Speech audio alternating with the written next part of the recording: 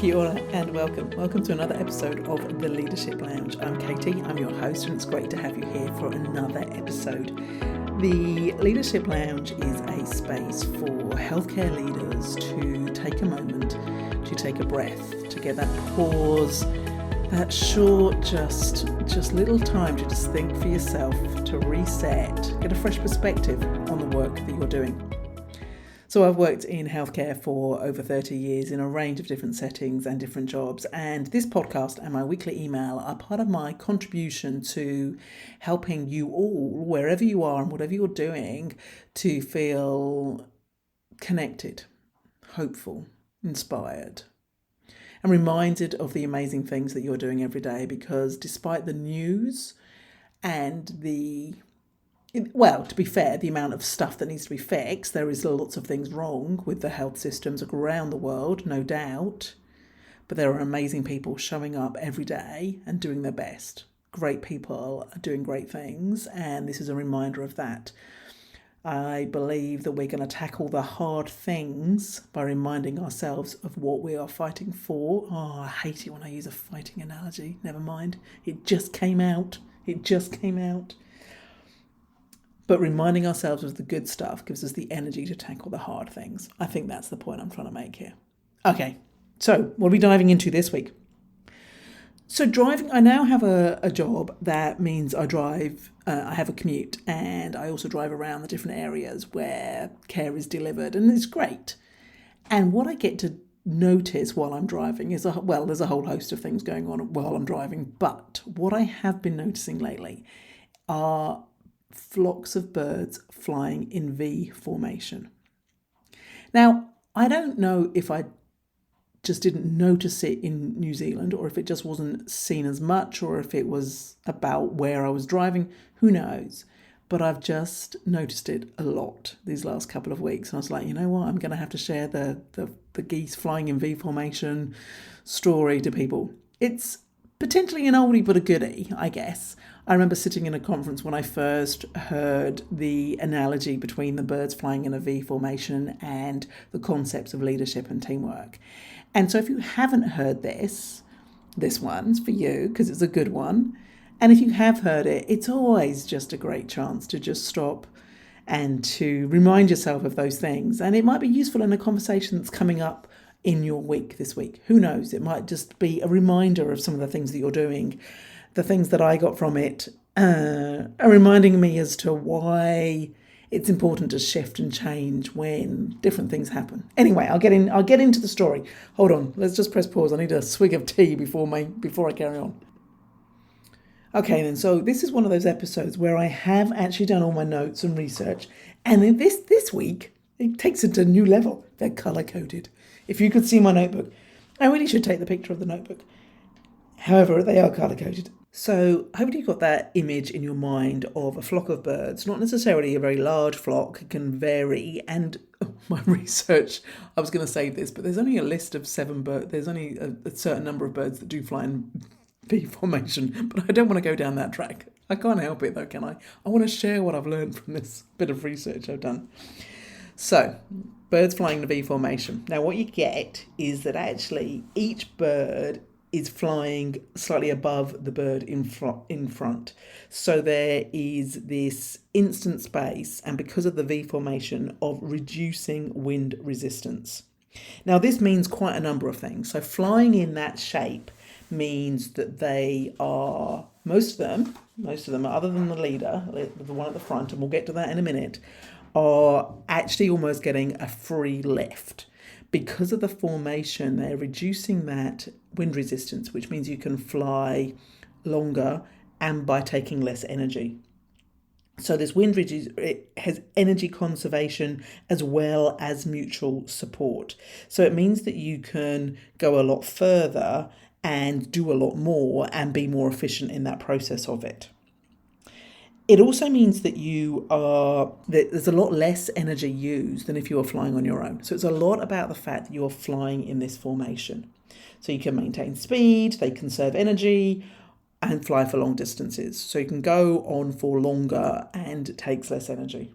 So this all, and I'm sure you'll have got the analogy already by now. I don't need to spell it out. I've already kind of morphed birds and us as human beings, that when we are working together, we can be more efficient, we can be stronger, we can go on for longer.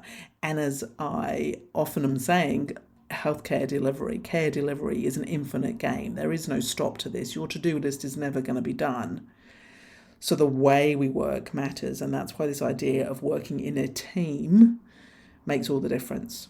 It's one of the reasons why when I was self-employed and working for myself, it was really important to form a group of people around me so that you're not completely isolated. It's the other version of the story of Brené Brown's great quote around that we are not meant to do this alone. We don't have to because we're not meant to. We're wired for connection. So this idea of this collective strength and resistance by the V formation and flying together, working together. The other thing the V formation gives you is this sense of visibility and communication. So these two things are really important. The fact that you can see all of the other birds really makes a difference. And there's a couple of reasons for this. You can make really easy adjustments. You can spot where each one's going. So if suddenly there's some obstacles or wind change, they can make adjustments. So that makes sense, right? When we are in good communication with each other, whether that be visible or however we are maintaining good communication with each other, then we can understand and we can adapt and we can shift and twist and be flexible, all of those things when sudden things happen or changes occur or we need to shift. There's also this idea that it enables to keep track of one another. Now, this can be really great for supporting each other. So you can start to spot if somebody is struggling or if someone's not quite there. And there's this thing about the fact that if a bird veers off and is no longer visible and they're all out on their own, it impacts not only the team, but then they're on their own and having to do all the hard work. And that isn't so pretty good, really. So it's a lot about communication and coordinating. And the thing that came to me while I was writing the notes, and there was one of the blog posts I was reading, it says that we stay close to those with the same goals and aspirations and those we are heading in the same direction as. So this kind of makes sense. You know, those birds are same goals, same aspirations, they're all going into the same place. So us as human beings, when we're working in a team or however we are congregating together, same goals, aspirations, and heading in the same direction. So this gave me a couple of pauses for thought. It made me concerned around echo chambers that we can get stuck in. If we're not communicating or listening to the noises from outside, we can become very siloed, very one direction focused mentality. And with the political landscape as it is, that is creating these severe black and white buckets of who's in and who's out and what's right and what's wrong, that's a danger. So I had my kind of, okay, that's an important point to register when we're working as a team, that it is not at the detriment of respect and engagement and connection with people outside of that team. I think that's important. Politics around the world right now are disturbing in the way how they are dividing people rather than bringing us together. And the other point, when I was thinking about this idea that we are working in a formation or working together with people, same goals, same aspirations, same direction, you better make sure you're in the right group. You better make sure that that is the direction you want to be going in. So you can have the same goals, same aspirations, but it might not be the same direction. It might not be the direction you want to be going in. So an important point that I thought it's a good opportunity to stop and go, yeah, am I going in the direction I want to be going in? Because it's okay to swap. It's okay to move. Don't go alone, but it's okay to swap and it's okay to move. So that was quite cool. The other one that I really loved, and you'll know why I really love this one, it's around this idea that the geese honk encouragement at the person at the front. They honk to encourage those in front to keep up their speed. So I loved this form of cheerleading and encouragement. And yeah, you're going great. Yeah, we've got this. Keep going. Not much further. All of that sort of stuff. So this idea of cheerleading each other on. So wherever you're at and whoever you're working with, remembering that words of encouragement to those in your own team matter. They do. Let's not go around honking, though that could be a whole new thing. But yeah, this idea of supporting each other to whatever, insert word of your choice at this point, whether it be thrive or flourish or fly or whatever it is, find that uplifting word that you love for your team and insert that. So that's what those encouraging words and support do. So that's all that about the fact that you can see each other and you are coordinated and you are staying in good communication with each other. That opens up a whole kettle of fish that we could talk about in terms of how do you set those? How do you understand how you want to communicate? What are the best ways to communicate? The other thing, and I mentioned it just briefly around this fact that you can spot if somebody is struggling. So what happens with geese, apparently, my research has told me, if a geese gets sick and can't fly and can't keep up, it obviously has to drop out and drop down, but it doesn't go alone. 2 other geese go with it and they break away and stay with that geese. And is that the single? I'm not going to even go there.